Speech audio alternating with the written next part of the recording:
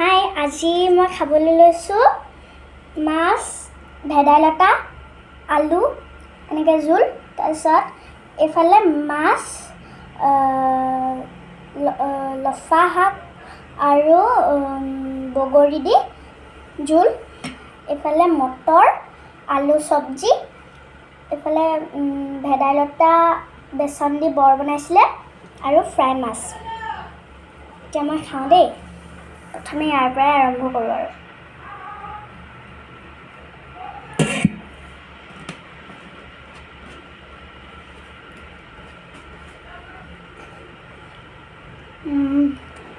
ধুনীয়া হৈছে দেই খাবলৈ।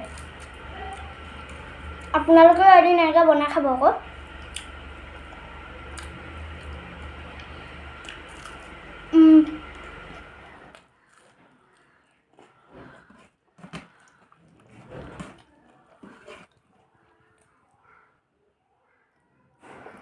Bye bye.